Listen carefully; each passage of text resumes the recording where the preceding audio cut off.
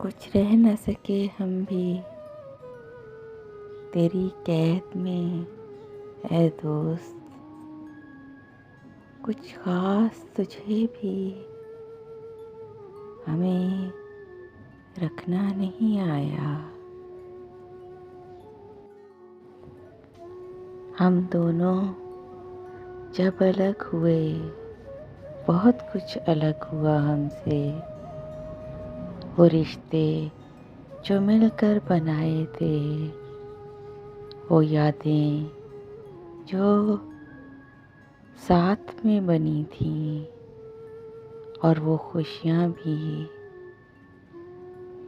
कभी लौट कर दोबारा नहीं आई।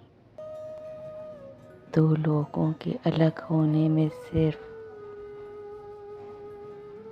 लोग अलग नहीं होते,